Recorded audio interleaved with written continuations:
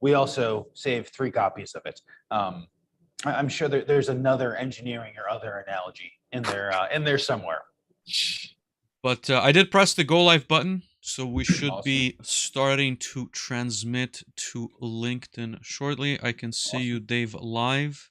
I can see us live, so I will jump in and make the normal community comments. So hello, everyone. Welcome to Manufacturing Hub. Very excited for today. Going to go ahead and chat with Sean. Before that, we'll go and do some community comments as we normally do. So we're continuing the very exciting reshoring theme. Big shout out again to Bright Machines for sponsoring the theme. So if you guys have paid attention the last month, we've been talking about the Change Your Life giveaway that Preston Hadley and Envision Automations have been having.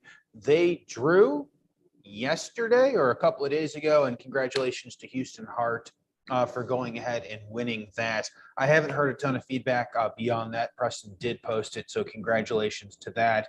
And thank you again to Preston for going ahead and doing the Change Your Life giveaway. That's pretty amazing. And then, so Max and I do not have another episode of Shoulder of Giants out as of yet. We'll have episode 9 out next Tuesday, and I'll even remember to go ahead and press that live. I'll talk to Max later this evening, and we'll go shoot a couple more episodes of that. Still going well. We want to shout out Frank Lamb. So Frank does an every other week live on Zoom that he posts kind of everywhere. Last week he talked about pneumatics, which I always think is very interesting.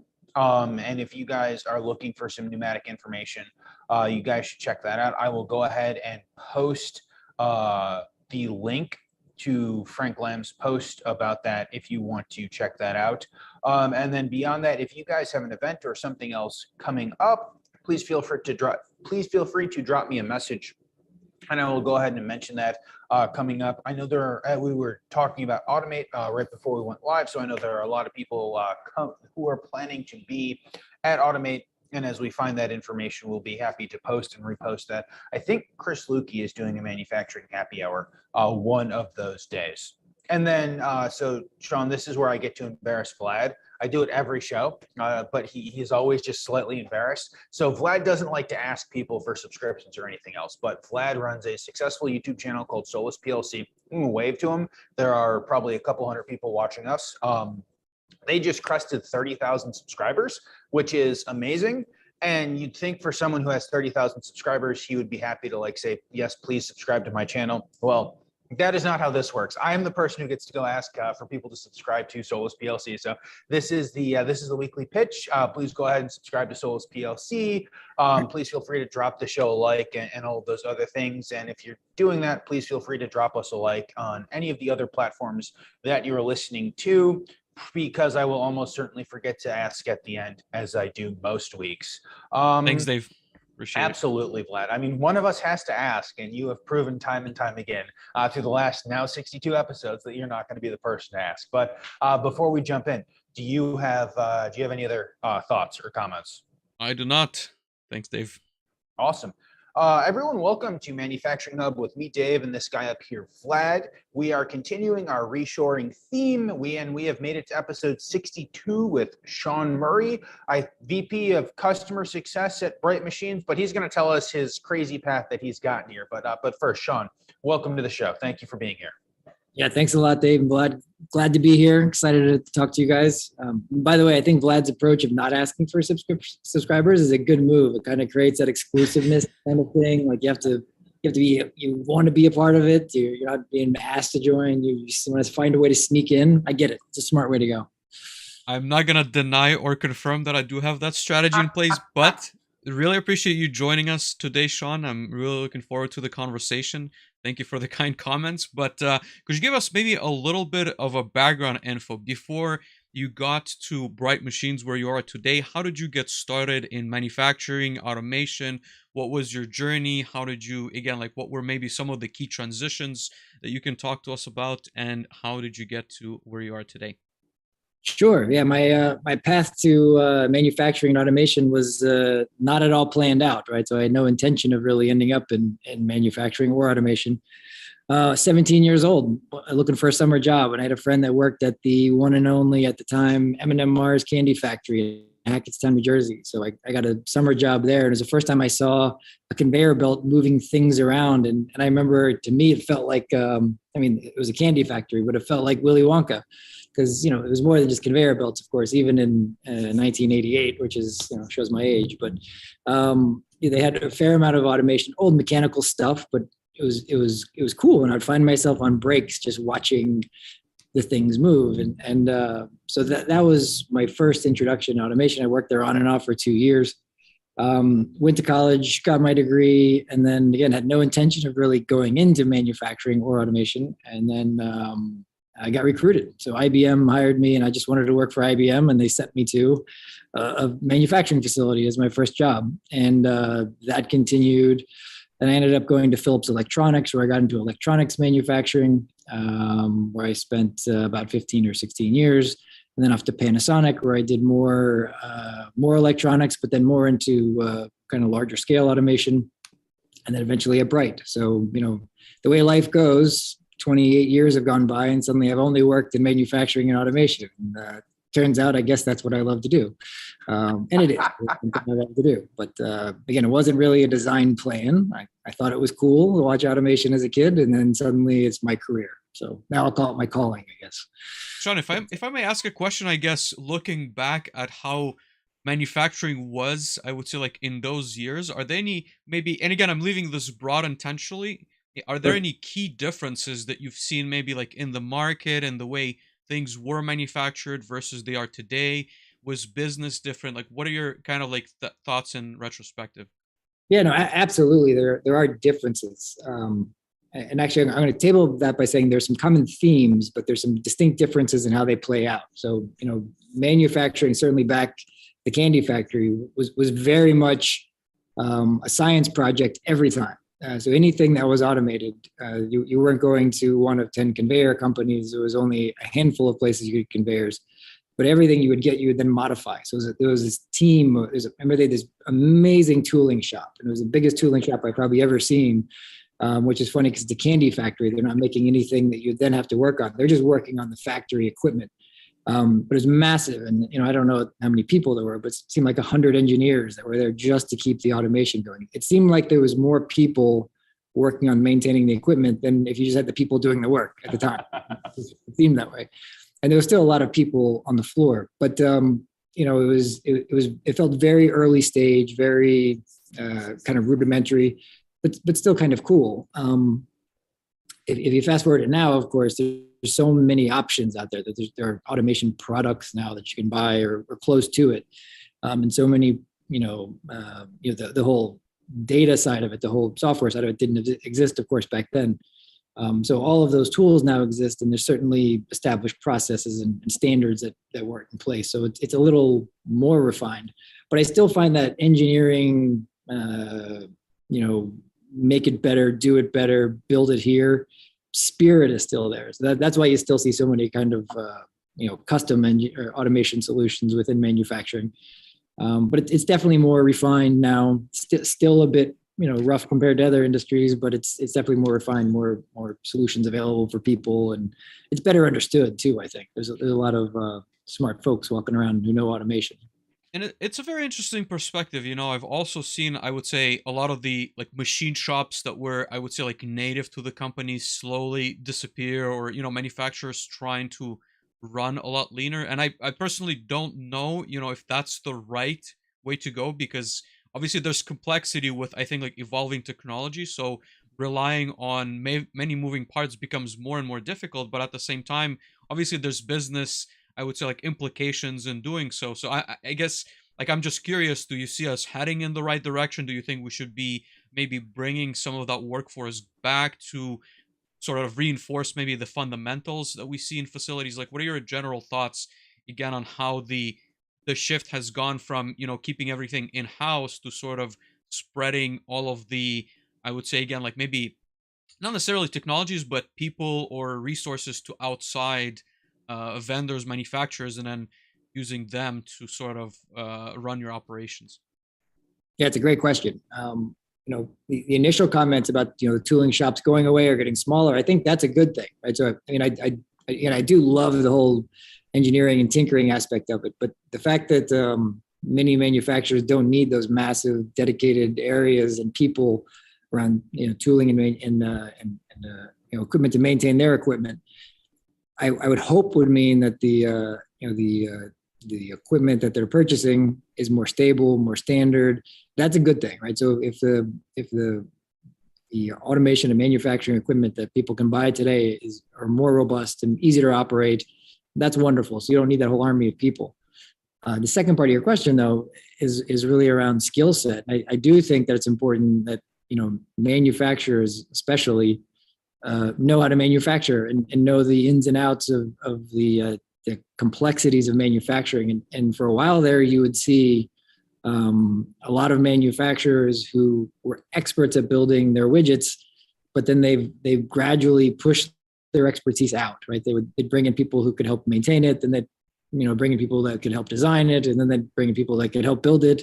And suddenly it's 20 years down the road, and no one in the factory who puts the label on the box knows how to build their widget anymore. That's really dangerous. And that's the position a lot of companies find themselves in. And pre-COVID, really a bunch of companies got bit when supply chains, did what they've done in the last 2 years. So that's a dangerous thing to do. So you can't have all of your expertise outside of the manufacturing facility. You can, but it's a risky endeavor. And I think most of the world has realized that over the last 2 years.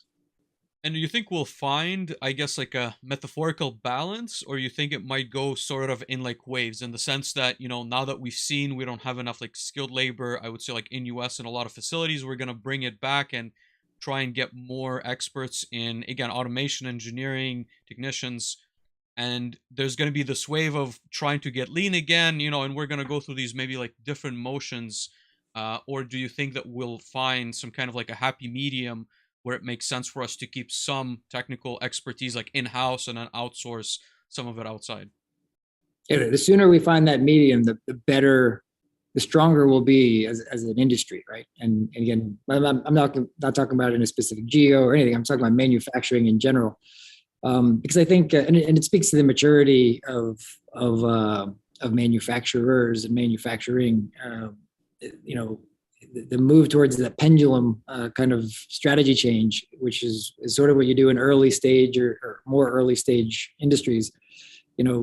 We should build everything ourselves, go completely vertical. No, we should outsource everything now to this country. No, let's find a cheaper country. Those big pendulum swings are dangerous, but I think that happens as industries become more mature. When you get very mature, I think then you find that balance. And that's what creates real stability, because there is no one answer. There never is. But being, sort of flexible and skilled enough to manage the bumps that come, the changes that come, the unforeseeable things, that's the balance you need to find. You need to have the expertise, you have the ability, but you need to have the intelligence and data really in your industry to find the ways you can save money that are smart and make you more competitive. So it's not outsource everything. It may be outsource some things, and it may be, let's find the parts we do really well and outsource the parts we don't do well, but make sure you hold on to the parts you do really well. And it's that sort of balance that comes with maturity that, some manufacturers have found, but manufacturing now needs to find. And that's why, like, I really like that answer, because again, it's a very, I would say, difficult and challenging, I would say, perspective, and there's no one size fits all answer like in reality, because it's different for every facility, it's different for every company, and again, it's different on the industry. There's a lot of different variables in play, and that's why I personally think manufacturing is such an interesting field to be in. But Dave, I wanted to give you maybe an opportunity also to give your perspective and throw in a few questions. Absolutely. So I actually have so Sean's kind of candy story reminded me of something, and I can talk about it because I didn't do the job, right? So I'm not under any sort of NDA, which is one of those fantastic things that don't happen nearly as much as I would like. So the oldest like continuously running machine I think I have ever seen was in a candy factory. So I got a call to go to a candy factory outside of Chicago, right? So they make pressed sugar on all sorts of sugar and citric acid that you walk into the room and it just kind of burns your eyes and your nose. And you're like, I'm not really sure we should be consuming this as human beings. But so the oldest machine was making pressed sugar. So think of like Pez, right? So, and I walk up and the request that came in was like a controls job. It's like, hey, we're to the point of we need to upgrade the controls and networks and everything in the facility for a variety of reasons. And so I go walk over and they've got these machines and they say these machines are like vintage early 1940s and they were put together in order to press cartridges for rifle bullets in World War II, right? And so these things were just hammering. They were hammering at what I would generally call fairly high speed. And we just kind of looked at them and we're like, we probably don't want to start tearing things out and putting PLCs in there. Like if they work, we should probably let them work up until the point that they don't work. And we should probably like figure out what a replacement is going to be because they've been going pretty good for the last, 80 years at this point. And if they can make it 80 years, then we probably need to start looking at some replacements of what that will be. So candy places are always some of the most interesting places that you can walk yourself into, and then yeah, some of us immediately walk ourselves out of those, and are like, we probably don't want to get too involved in some of this craziness. But no, so Sean, I think you bring up a really good point of back when you started, everyone had 100 engineers, right? Like you could go out and scrape the new graduate class and go get yourself 5 engineers from the local college or 10 engineers from the local college. And they spend 5 years or 10 years in what amounts to basically an apprenticeship, right? And then at some point, they generally understand what's going on. And now they can go ahead and add value to the facility. And we're well past the days of that, right? So now you go get an engineer. And I mean, I know even a lot of engineering interns who are almost demanded to bring value, like, hey, there's actual engineering work. We need you to do this so that we can make changes and go ahead and run the line. So like there aren't nearly as many engineers, there aren't nearly as many skilled, we'll just call them maintenance folks that can go, or tool and die folks that can go build this.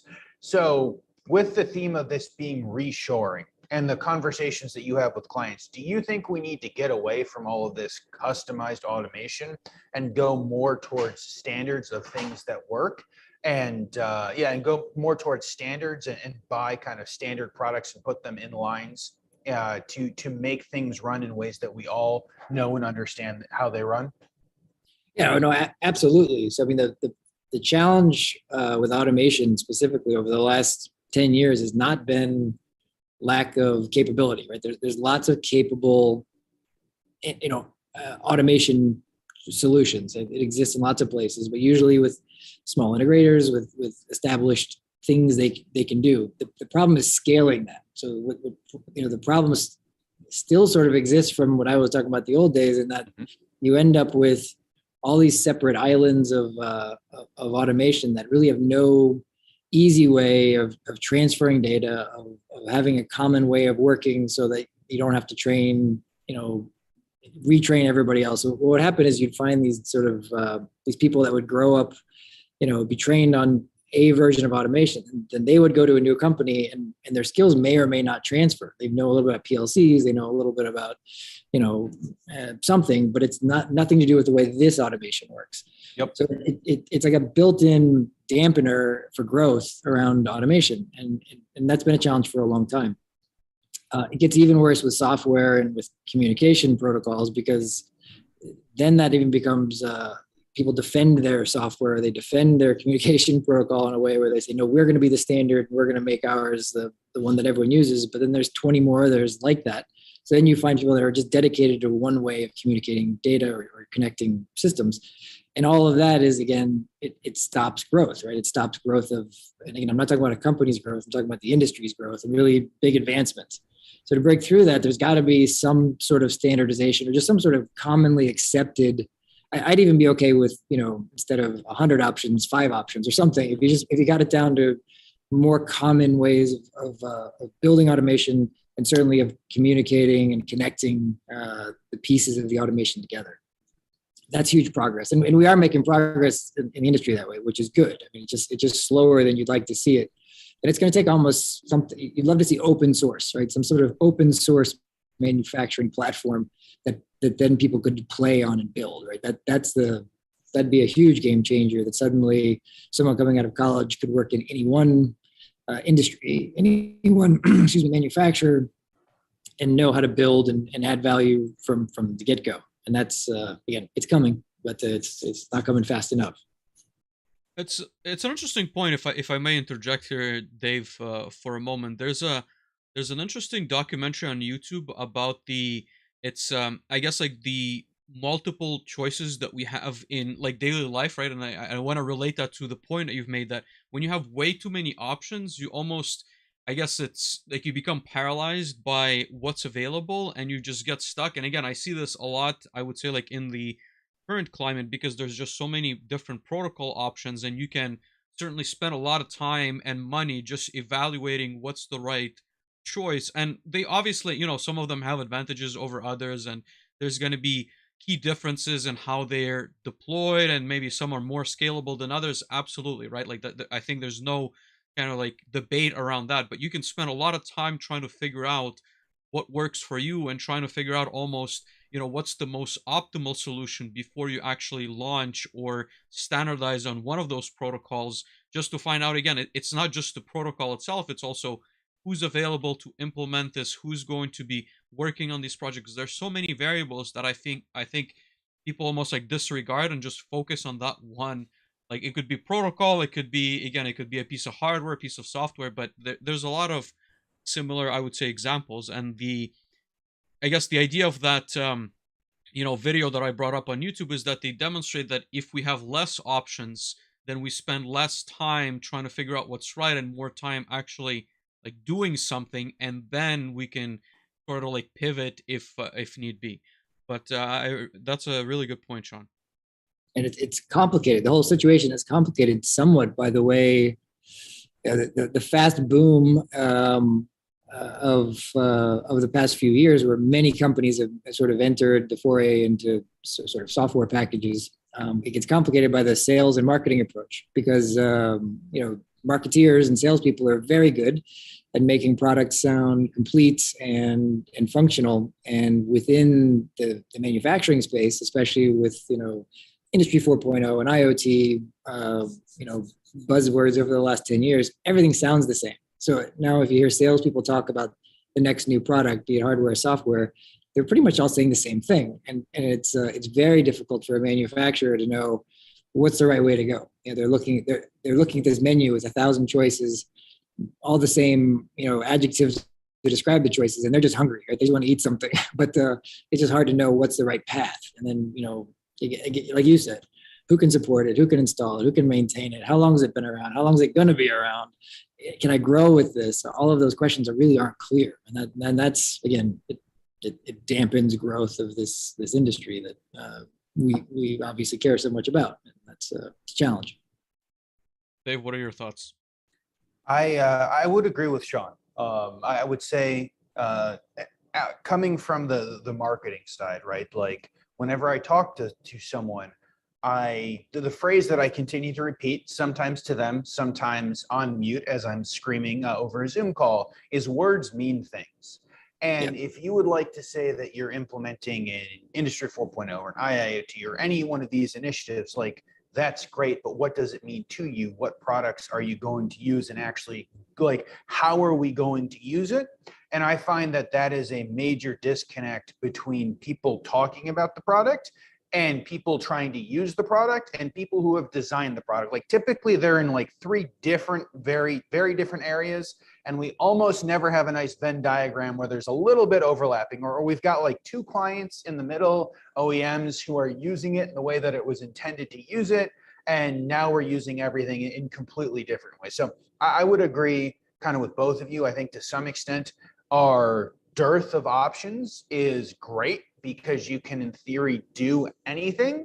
But as I have found, especially in the last 5 or 6 years, just because I can do anything with this particular product or piece of software doesn't mean I should do everything with it. In fact, what I've learned is that The places that try to do everything and just greatly expand the platform or ecosystem of what they're using are the places that run fairly good in their narrow bubble. But as soon as you try to expand beyond that or add something else, it's like the band-aids all fall off and nothing runs well. There are particular products that we use, for very good reasons, and we have industry standards in many cases. It makes sense to pick something to continue to use what is standard and to build processes and procedures that work for your facilities and find tools, be it hardware, software, or otherwise, that work for what you're trying to build.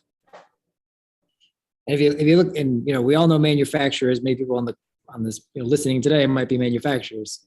Manufacturing doesn't stop, right? So I mean, the business of manufacturing is minute by minute, day by day, and it's relentless, and it's one of those industries, and it's exciting for this reason, but it's also it's challenging to make changes for this reason. You need to always be ready for the next thing that's coming. You need to address it. You need to handle 1,000 variables at once. But at the end of the day, you've got to get product out, and that's important. So when you look at any kind of innovation or any kind of investment in new technology or platform, you usually don't have a ton of time to really dig in deep and figure out. I mean, sometimes you get a greenfield situation, but it's very rare. But usually, you're trying to do 1.5 day jobs while you're figuring out exactly how you're going to innovate and grow and stay competitive. So again, you throw in all that marketing, all that buzz, and all those choices, it just does become very complicated. Yep. And again, I feel for manufacturers. I've been supporting them for 27 years or something like that, and and it's a challenge. Absolutely. And then to Sean's point, I would say I've seen, especially in the last 4 or 5 years, a bunch of folks coming out with especially software solutions. And I think people coming into manufacturing, bringing tools that we didn't have 6 months or 5 years ago that are fairly standard in the rest of the world is amazing. I find that one of the biggest misses is the fact that manufacturers don't do something because they didn't have the perfect software tool, right? They aren't doing the thing because they don't have the time or people or capabilities in order to do the thing. So if you can offer a solution, and if you can say, hey, for this price, this is what I'm going to give you, it's going to help your throughput or your quality or your on-time delivery, or pick any of their actual pain points, then you are going to go speak their language. And I wish that maybe on the sales side, maybe on the marketing side, maybe we as an industry demanded more knowledge of how it's actually going to help us on our bottom line and what that means. But so going kind of down that path a little bit more, Sean, and talking about the data.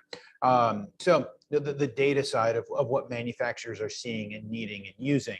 I don't think we have talked about data for dozens of hours on this show. So it'll surprise none of our listeners, but I don't think we have particularly kind of touched on the data side, like what data manufacturers are using or not using in the reshoring theme. So you talk to a lot of manufacturers, you've been supporting them for many years. Are you finding that companies that are looking to reshore are seeing the value of the data that they have or the data that they need to collect in order to make decisions? Yeah, absolutely. So and again, let's not even talk about manufacturing solutions for a second. I think any manufacturing business right now has to look at all of the data that's available and really utilize it when they make the decisions, the strategic decisions like reshoring. Because again, not even talking about they build the product yet. Supply chain is such a challenge right now, and finding good trained people and keeping your people is such a challenge right now. And you have to be able to minimize the impact on your business that negative impacts supply chain can have, and the negative impacts on your business that personnel issues can have, to the best of your ability. And to do that, you need data, right? So you need to analyze, who is your market? What is the product you're providing? Very, very basic stuff, but not at the level. But it's not basic at the level of how do I ensure that I can have the most robust manufacturing process where I'm getting the parts at the right time, where I have, the amount of people I can get, because that's really the issue with personnel these days. How many people can I get to work in my factory? It's not, offering the jobs is easy, getting the people is hard. If I'm only going to get 100 people, how can I build this with 100 people? So how much automation do I need versus how much humans do I need? All of that needs to go in the decisions you make for growing and scaling. So that at the high level is critical. Then once you get into the manufacturing, your manufacturing processes have to be a reflection of that bigger strategy. So if you decide you need this much automation because you're only going to get this many people, how do you keep that automation fed, flexible? Most reshoring efforts or many reshoring efforts are around supporting a local market. Those local markets often require a higher mix than if you're having a super center in China or something that was just going to build this widget, model A, a billion of them a year. That's much easier than building 50 different models for a specific market. So again, how do you manage something that's flexible as opposed to custom automation, which used to be very rigid, that could only build that model A. So it all factors in, and then take it a step further into the microcosm, and then the data on your line, because you're doing potentially higher mix kind of manufacturing, you now need to be productive with that. So you might have a fault or an error on every third product of a build you only build occasionally, and you may not notice it because you're only building it twice a month. Well, with the right kind of data, you might realize, well, you're having that same fault and error on 6 other products that use that same part, or it's placed by that same operator or placed on that same section of the cell. And you could only see that if you had good data or a team of people crunching the data or software that did that for you. So suddenly tracking that massive amount of data and much more complexities, but having presented in a way that's usable and actionable in real time, that's what's going to decide whether you're competitive or not. So when your reshoring effort comes in, it's not as simple as we want to build for the local market. It's so much more, but it's more intelligent than the broad stroke, let's send it to China or let's bring it back from, Vietnam. It's bigger than that. It's far more detailed and data driven. And it's a fairly complex if I may, maybe add to your response, Sean. It's a fairly complex problem, getting the right data, as you said, getting data that's actionable, making sure that it gets to the right stakeholders so that they can actually improve the process and make the right decision. It's a very, I would say, difficult problem that a lot of I would say companies have been trying to tackle, and hopefully, again, with the, as you mentioned, lack of personnel, issues in supply chain, it becomes more and more important to have that key information so that we could make decisions in, again, near real time, or I guess as quickly as we can, so that we could resolve these issues and make sure that the throughput is accurate. But I wanted to ask maybe like a more fundamental question around reshoring. So we spoke to Adam, and I think you brought up 2 points already, which are number one. So I guess there have been supply chain issues in the last couple of years that we've seen. So that's one big reason to bring back your facility or go to a co-packer locally.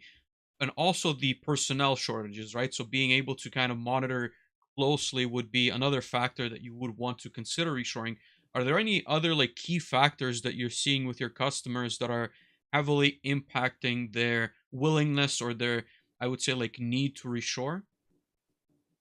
Yeah, I mean, one of the biggest reasons, of course, is sustainability, right? So, and by that I mean, customers want to be sure that they can meet the demands of their market, that disruptions won't stop the flow of product out the back door. So, by having it closer, by having your manufacturing more in tune with the specific market you're going to serve, you automatically have baked in a little bit more sustainability because you can be more flexible and responsive when things change, right? Because you'll feel it more, you'll notice it more, you're working on a more granular level. So sustainability at a higher level is critical. Down below is, again, that I mentioned before a little bit about flexibility. So with reshoring, with building for a specific market, for instance, and even better when it's a local market. So you're building for a certain community or a certain region. You will have better product. You'll have product that's suited for that market and that region. And again, depends on which products we're talking about. But if you're building products that are somewhat customized, but customized for a specific market set, you can only do that at a really responsive level if you're building local for local, if you're reshored to the market you're going to support. And all that drives your customer base to be more loyal. It drives people to give better feedback on your product, so you can then improve your product.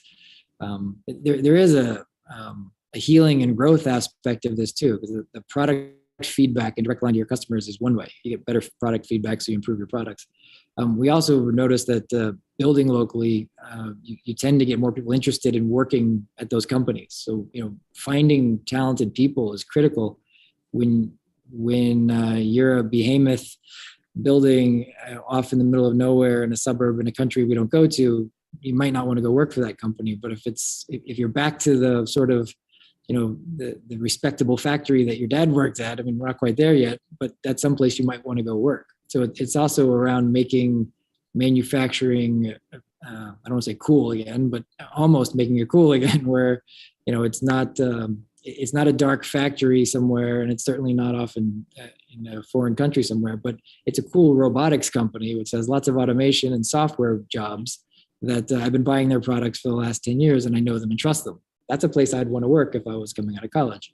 So it's almost like rebuilding the whole infrastructure of manufacturing by being local. It takes it out of the shadows and puts it in the middle of the mindset of the people in the country you live in. So I really like that picture. It's a lot more positive than, again, just saying I would say the supply chain shortages, and I would say some political movements have been maybe like a little bit questionable. I really like the image that you're painting with I would say like the future and why companies are coming back. One question I wanted to ask you, and we had a slight debate about this with Adam on the previous episode, but are you seeing end users bringing back equipment back to their own facility, again, to, in my opinion, to reskill their own employees, bring back their own, I would say, engineers, technicians, operators, versus do you see them bring back, I would say, almost the capability, but work with a third party? It could be a co-packer or co-manufacturer, and sort of create relationships in which,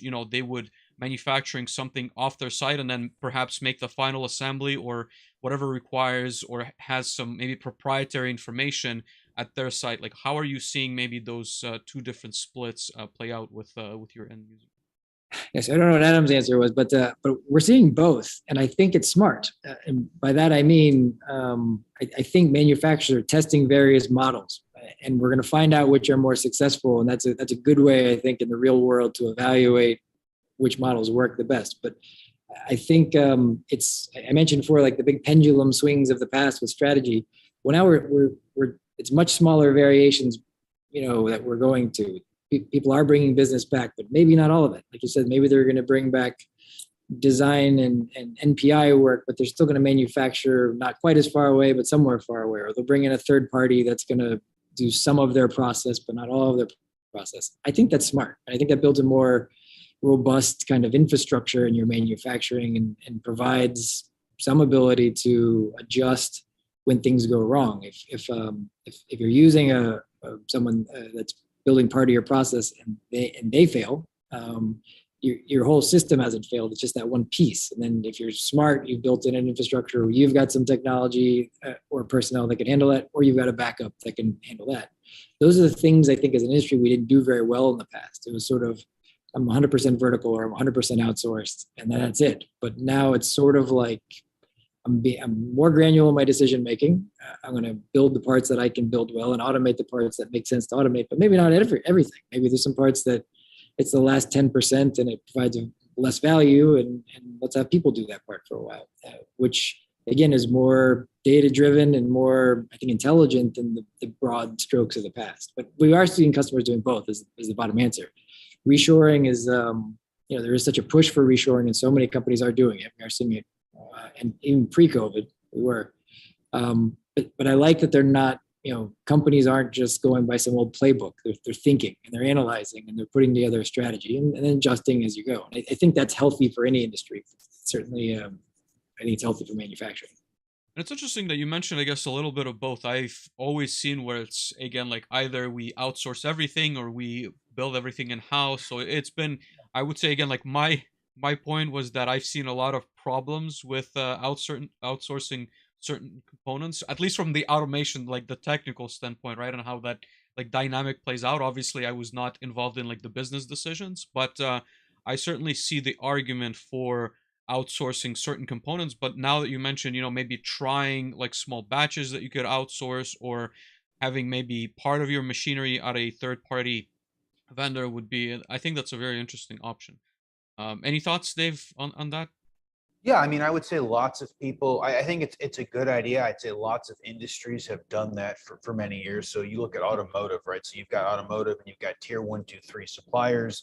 And then depending how close to Detroit you are, you've got tiers that live far below tier 1, 2, and 3 suppliers, or everyone just calls themselves tier 3 suppliers. And so I think that that's good. And kind of to Sean's point, I think it's good to understand what is important to you and your facility and your customers that you make yourself. Make the things that are important, and if they're unimportant, then don't feel compelled to go through the process of making those, right? So yes, so I would say that I think that makes a lot of sense, and I think that builds a good ecosystem, right? So I grew up in an area that did a fair amount of automotive, right? So there were lots of companies, this facility, these guys made alternators, right? And, this facility, these guys made batteries or whatever it is. And, that's just what they did. And they supplied to kind of everyone. And, Ford or Dodge or whomever, they're not going to be like, oh, yes, I have to carve out 50,000 square feet and put a line in to make the alternators I need to make for every car I go through the process of assembling. So, and by going down the process of doing that, you created a much better ecosystem in the area of having manufacturing companies. And because you did that, then you get the benefit of having more people who are exposed to and understand manufacturing.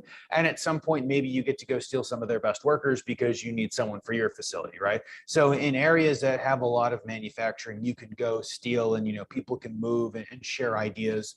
I would say that that's very important. The downside of kind of you build everything in-house is that, hey, we're X company, we do everything this way. If you want to get promoted, you have to have X years of experience at this company. And I have examples. I'm just not going to say the names of those companies and these examples. Like, oh, you've got 20 years of experience. Well, you've only been at X company for 6 months. You couldn't possibly be the quality manager, right? Like, this guy has 15 years of experience in this company. So there are positives. There are certainly positives of doing that. I kind of want to slightly transition the conversation to a high mix environment, right? So Sean mentioned it a couple of times. So high mix is people like Poland Springs, right? So I was thinking to myself, what's a good example of a company that just runs one thing? I imagine up in Poland, Maine or around that area, right? Like they have an entire facility and the only thing they do is turn on the hose and fill bottles full of water, and they screw the caps on and they palletize them and they send them out the door. And if we can get 2 more PSI of water pressure, we can fill a couple more bottles of water, and we make water. We put water in bottles, we put bottles in cases and pallets, and then we ship them out. And that's the thing that we do. And they'll ship them, virtually everywhere. But I would say so most of the companies that I have worked with, the end users, in the last, decent number of years, they have a fairly high mix as to if they have, 10 fairly standard products and they have different lines because they can afford to have machines for each of those products, or if they've got one line and they've got to flip through that line as quickly as possible, and that's their competitive advantage. I've also seen and worked with those companies. I guess kind of my perception as we move forward, companies that can change over quickly, companies that can live with a high mix, and in my imagination, companies to Sean's point that are local are going to have a much higher competitive advantage because they're going to be fast and nimble in shipping into their local markets. You've mentioned local a couple of times, Sean. You've mentioned kind of high mix. Is that what you're seeing as well? We are seeing more mix than in the past. And certainly, I've been selling automation equipment in my career, so the easier decisions to automate, easier products to automate are like Poland Springs, right? So if you're going to build one thing, clear case for automation. You're going to do it in volume, multiple shifts, repetitive process, makes perfect sense. So those are the early products to automate. Now, again, with reshoring and even with just changing markets and and just companies trying to be competitive, you have to automate more higher mix environments, or there's not, you don't have to. There's more reason to automate higher mix environments. So flexibility now at that level suddenly can't just be handled by people anymore. So just out of necessity, it's going that way. But reshoring brings it faster, I think. So we're definitely seeing it. The challenge is then again to find, we mentioned before all the variables that are complex, right, between salespeople and choices on the menu and all those other things we mentioned. If you throw in high mix in there, it's even more complicated, right? Because now we have to think, I've got 10 products and multiple variations of those products, and it's hard. So at that point, you as a manufacturer, that's the point you want to start removing variables, as many as you can, right? So we can't change our mix. That's how it is. We can't change our market. We love our market, so we're going to sell a complex mix of products to a complex market. That's when you want to get rid of some of the variables on the automation side. How can I want to make sure I'm not reinventing the wheel. I want to make sure I'm not building some Frankenstein custom thing. And I don't want to have 20 suppliers putting together one solution for me, because that's also more variables. And who do I go to when it goes wrong? And I'm not getting the data off the line. So at the high mix level, that's when, even more than at the high volume level, automation needs to be simplified and more platform-esque, or it's just another barrier you face when you try to automate. And that's the challenge for these higher mix manufacturers, especially people when they're reshoring. So we are seeing it. We're just seeing, them pushing, I think, the manufacturing or the automation solution providers more towards simplicity, function, clear value, like as opposed to buzzwords. You'll see a big executive in a large product company will sit through a presentation with buzzwords. The smaller shop with an independent owner that's got high mix has no time for it. They've got too many things to think about. Yep. So it's a different approach. Absolutely. What are your thoughts on high mix before we continue on, Vlad? I think that's where ultimately manufacturing is going, and that's what we're going to see more and more of. Again, I think we talked about this off stream, Dave, a little bit, but ultimately you need to be able to respond to the demand from the consumers, right? And that's going to change more and more rapidly, because again, we are ourselves maybe introducing many choices, but every single manufacturer is going to have to be able to, again, I think the concept is not necessarily new, but it's just being pushed, I think, to its limit.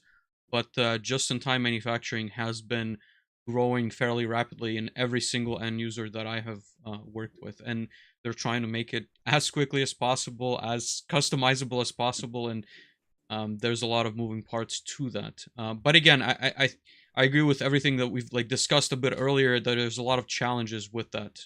But I wanted to maybe, dive in, Sean, with you a little bit more on Bright Machines. So we've talked to Adam about the offerings from Bright Machines. I guess maybe we will thank them first for sponsoring the show, but I do want to talk a little bit more about the products that you guys offer. Go ahead, Dave.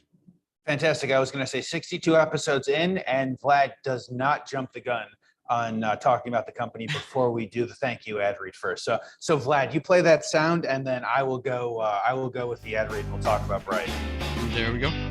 Awesome. So if you guys have missed it, we do want to thank Bright Machines for sponsoring the reshoring theme and all of their support of the company.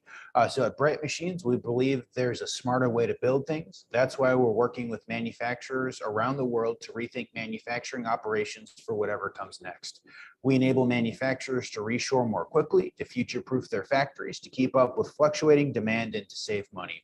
With a full stack solution for assembly and inspection that marries deep industry and technology expertise with hardware and software in new ways, for a more intelligent approach, there's more flexible and more scalable for the next normal and beyond. And so Bright gave us a couple of guides. So they've got a reshoring guide for 2022, as well as top 5 answers for reshoring. If you guys have somehow missed episode 60 with Harry, he talked a lot about total cost of ownership, and there's a link to some quotes with Harry and also some information, read total cost of ownership in there and the total cost of ownership calculator, which I think is really amazing. And it kind of goes back to the point of we need to think not about, the cost of this single widget, but the larger cost in general.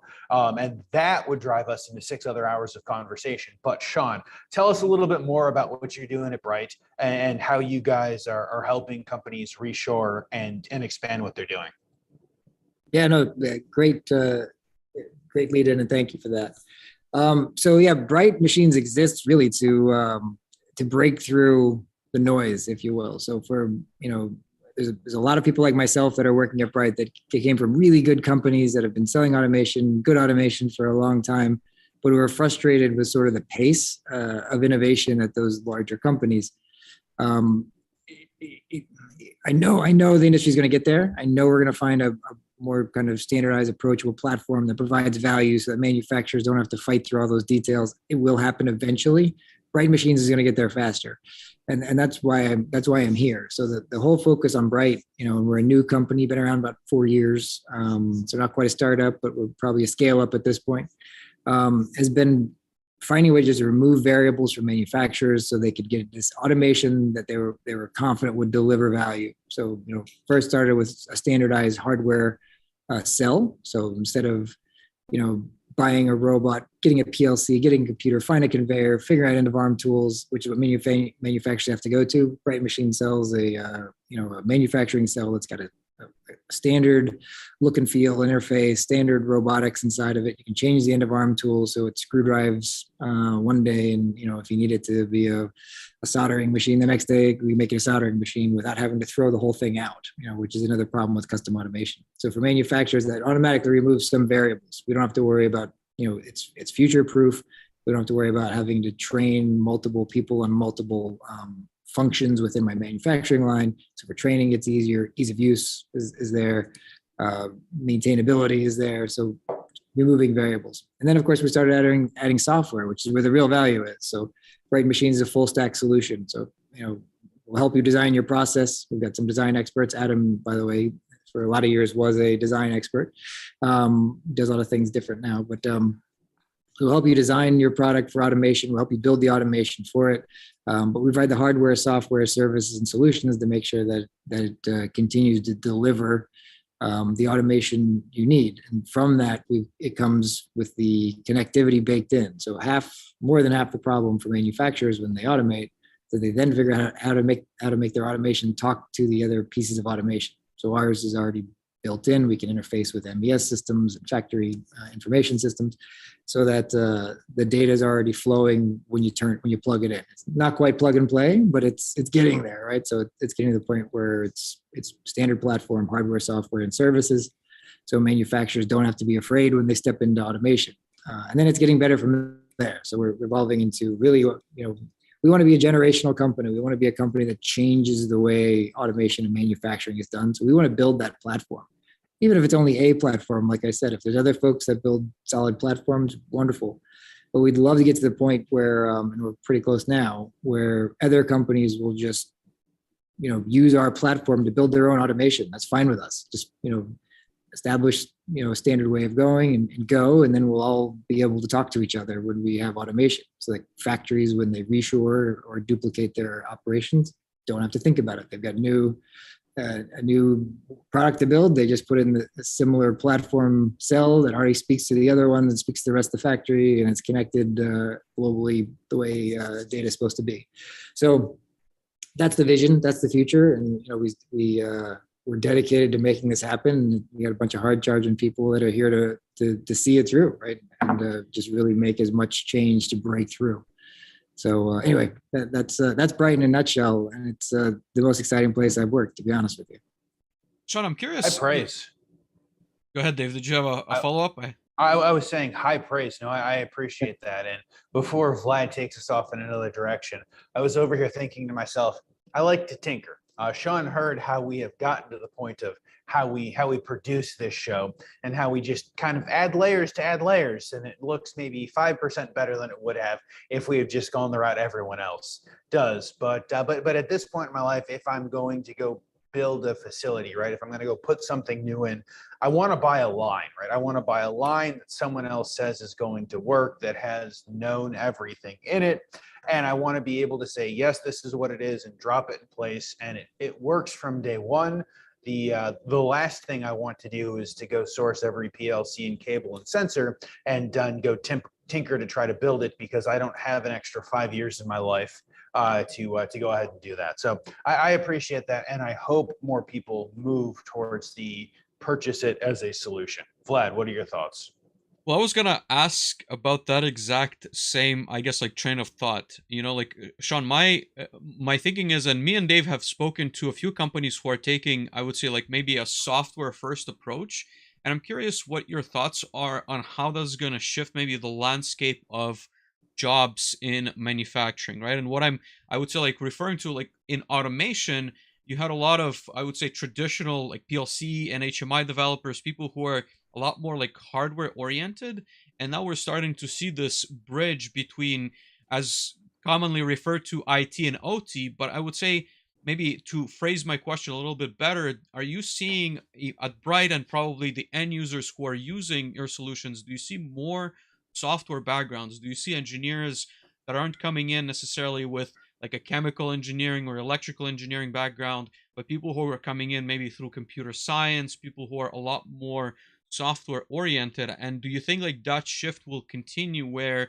I would say almost like PLC and HMI developers will still be there, but they might be, working for Bright to develop the solutions, but ultimately the customers or the end users, it will be a lot more simple for them to, let's say, maybe modify the cells or change a few things to do what they wanted to do? Like, what are your thoughts on, I would say, like the change in the workforce between what's currently out there and like the software introduction into manufacturing? So yeah, you hit upon a secret but powerful change in what's going on. So yes, fairly recently, I'd say the last 2-3 years, we're seeing a lot more software people coming into the manufacturing space in a leadership capacity, in a strategic leadership capacity.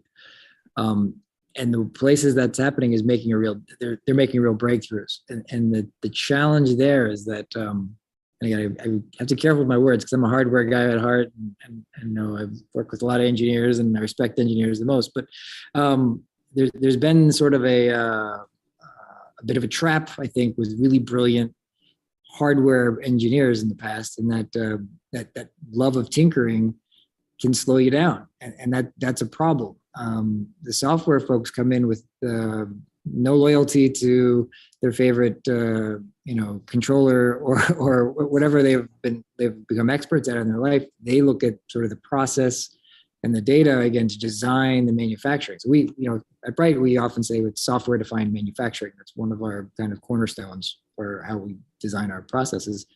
We have lots of good hardware people, but we try to focus them on specific things and leave the strategy up to the kind of people with the software backgrounds, because they tend to be much faster at implementing breakthroughs, into changes. They're not going to design hardware for the sake of designing hardware, which is again a trap that many brilliant engineers fall into. There's lots of cool things you can do with hardware. There's lots of cool approaches you can take to certain things, but it may not be the fastest or best way to get real value or real changes. You might get 2% better and work 100% harder to get there. And that's software people won't do that. They're too driven on the sort of process that coding takes. Even, we tell the story a lot of, you look at massive server farms, the way they're structured, built software people in mind. If 10 out of your 1,000 server farms go down, the end customer doesn't know it. Nothing happens, right? The servers can stop working, but the information just flows differently, and it's a millisecond slower, but no one notices. That's how software people look at manufacturing. If a feeder fails or suddenly a blue screen of death happens, well, the manufacturing shouldn't stop. You just find a way to go around that, and it's just a different approach. Whereas a hardware guy goes, well, now I have to look at a way to fix that feeder or something. Yes, you do, but let's not stop production. It's just it's a revolutionary way to look at manufacturing. We're seeing a lot of sort of, again, software background people making real changes in manufacturing. And I'm seeing that Bright. I mean, many of our founders were software people that went from software into manufacturing, as opposed to hardware people in manufacturing that decided to learn software, which is kind of the traditional path in the past. Yeah, and it's a very interesting perspective. It's it's always interesting to hear what people in the industry are seeing. I think we're gonna see that in the end users also, but I think they haven't all necessarily realized the benefits of, I would say, like software developers coming into manufacturing. But I think we'll see that more and more, provided again that they can, I would say, like put a very positive shine on what manufacturing is, what it can offer. And I think with new technologies, such as the ones that you're providing, it's going to bring more and more people who are seeing a very positive future again in what's going on and are looking to work on robotics on these new cells. Like I think it's going to become a lot cooler than what it used to be in many, many aspects. Dave, what are your thoughts on that? I will agree. I have been hiring, excuse me, software engineers and folks that can code for the last 5 or 6 years because it is easy to teach manufacturing and what a proper manufacturing flow is supposed to look like to someone that understands software than it is to try to teach a mechanical engineer or a manufacturing engineer who's got 20 years in the business, understands that facility or a series of them very well, how to code and how to look at things in a different way. And be it bright or anything else, manufacturing needs breakthrough improvement. However we get there, I think, is less important as a whole than the fact that we get there. But in order to get there, you have to get rid of all of the previous conceived notions of, hey, if the filler goes down or if we blue screen out the HMI, we have to stop everything. Like we should never take the line down. I will finish with, we should never take the line down. The line should never stop. Only bad things happen when live stops or when the line stops, and kind of go from there. But no, tattooed on my chest, by the way, Dave. It says we yeah. should never take the line down. I got that years ago. So as a slight aside, Sean, before I ask you to tell us the future. So I have my wife, Beth, hears me say lots of things, right? And so I talk a lot about flow. I talk about how 80% of many factories' problems occur because we stop the line. So Beth's mom spent 30 years or so working at Fisher-Price putting together toys. And apparently she had a supervisor who every time the line stopped would just screech at the top of her lungs. Why is the line stopped? Why is the line stopped? In my mind, she's like running up and down the line, just yelling this up in the air. I'm not sure she's looking, but I've told Beth the story, and Beth apparently told her mom the story one Sunday night, and that was Debbie's response. She got a cackling laugh out of it, reminding how it was. But no, only bad things happen when the line stops. If the line never stops, we have almost none of the problems that we see in manufacturing. But I think that is kind of one of those nuggets of wisdom, if you will, that we lost 20 or 30 years ago when we offshored a bunch of things. And now we don't necessarily understand that most things that happen negatively are because we did one thing and we stopped the line. And lines are not designed to stop, right? They're called the line. We have conveyors in them because they're supposed to run. Again, bad things happen when the line stops. Maybe that'll be our pin, Vlad, or our hat. No, that's too many words to put on a hat. We've been saying we're going to do hats at some point, maybe by episode 100 at this point. But no, Sean, I do want to ask you to predict the future. So based upon, the great conversation we're having, I think we all kind of know what you're thinking. But where do you think that the future of reshoring, of North American manufacturing, what do you see the future of that looking like? Yeah, so I'm pretty rosy actually about the future when it comes to specifically North American manufacturing, but it's not just North America. I think the parts of the world that sort of turned their back on manufacturing over the last 20 years are embracing it again in a positive way. So I truly believe that there will be some breakthroughs on the automation side that will make a lot of the variables go away for a lot of companies, and they'll be easier to adopt. I think that's going to drive more young, talented people into manufacturing, which is the lifeblood of the business. And it's going to drive strategies we haven't even thought of yet, technologies we haven't thought of yet. So it does feel to me that the breakthrough that was originally forecasted with Industry 4.0 years ago is going to happen, but not driven by technology and not driven by some breakthrough in data. It's going to be driven by people who embrace manufacturing, embrace the technology of it, and take us to a level we haven't even considered yet. And I think that's going to happen over the next few years. I think the the standardization and platformization will finally happen at some level. And then brilliant young people are going to get into this business more. And then we're seeing that all over the place, by the way, which is wonderful. And then it's going to take off. I believe that's going to happen. I'm excited for that. I'm hopeful. I'm hopeful for that. I think that that we will have to get to that point. Probably is a really good follow-up to that. So we always ask for career advice, right? So maybe we're talking to a college graduate, or maybe we're talking to someone looking to do something different. What is your suggestion of, hey, is manufacturing potentially a good career opportunity for them? What would your career advice to that group be? Yeah, so we talked about this before we were on the podcast, but I truly believe that manufacturing is one of the most exciting places to work. And prior to just recently, people would look at me like you're obviously kidding. There's no reason that's possible. They picture getting a dark factory where you're doing repetitive motions in a terrible place for terrible pay. That's not manufacturing and hasn't been for a long time. Manufacturing is, on one hand, incredibly challenging with variables that change day to day. You can't plan for them. And on the other hand, incredibly rewarding because you drive multi-billion-dollar businesses sometimes where the heartbeat of it is manufacturing. And entire industries turn based on how their manufacturing goes. They do well or do poorly, and it's driven by people. No matter whether it's automation or actually building the product, there's some group of people that made that work, that stayed the extra hour, that rolled up their sleeves, they figured out a way. And to me, that's incredibly exciting, and always has been, just to be a part of that whole environment. It's business to business kind of operations, so it's not big corporation. It's Dave and Vlad and Sean, and we're going to figure this thing out, find a solution. And I love that. And so it's far more exciting than people think. Now that we've got software and robotics, that's part and parcel to manufacturing. It's even better because now it's got cool stuff as opposed to conveyors and boxes, right? It's more interesting. So career advice, yeah, I would try to find a way, and I have been for most of my career, to convince young people that manufacturing is sexy, that engineering is sexy, that there's wonderful things you can do with it.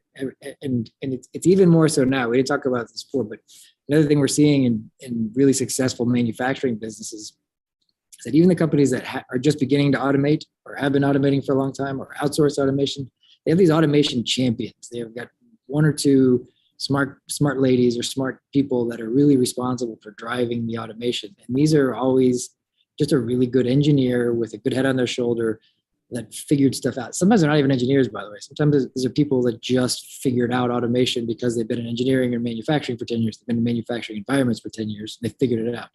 Those people are superstars. And it's just it's an interesting way to become a superstar in a business. They make huge money. They drive huge decisions. And they wear jeans every day. And it's just one of those things that kids may not realize is an option, right? Anyway, so I have a son who just graduated from UGA. He's a mechanical engineer, not entirely on his own doing, by the way. No, I'm sure it was. He loves mechanical engineering. But I pushed him towards engineering for that reason. That there's so many cool things you can do with that kind of background.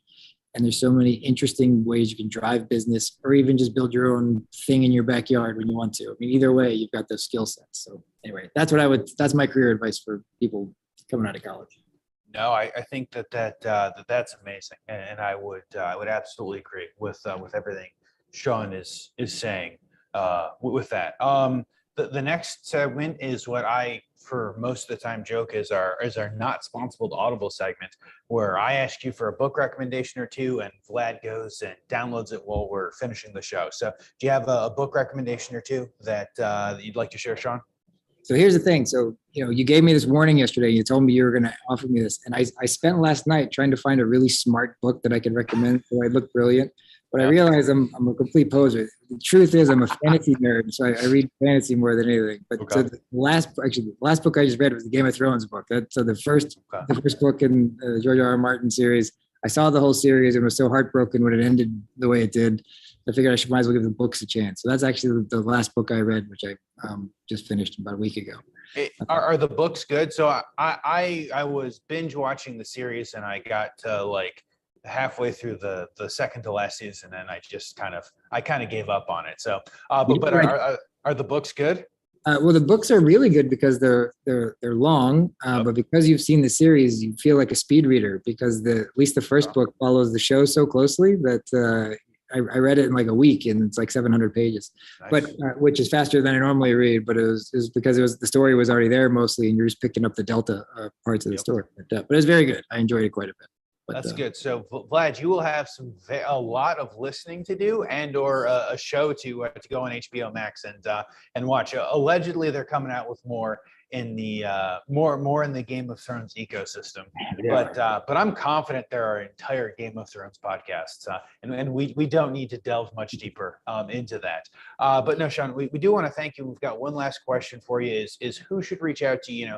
Who are you looking to talk to? Are you guys at Bright looking to hire? What does that look like for you? Sure. Yeah, we're absolutely looking for manufacturers that are looking to automate. We can automate a lot of things, but our sweet spot is really at the moment we're focusing as sort of electronics in a box. So anything where you're putting a circuit board into something and then finishing the product, servers, tools, those kind of things. But come to us if you have a topic you want to talk about. We'll be glad to put you in touch with experts and talk you through it. If we can't automate your process or product, we'll tell you right away and hook you up with some people who can. So we have lots of again, we're here to democratize automation. So we've got lots of network of integrators, people would think would be our competitors that we've reached out to, and we're trying to, be a part of a system there. And we're hiring quite a few people. So service engineers, application engineers, technical people, quite a bit. I think we have a couple sales positions too open, but who needs those guys? Yeah,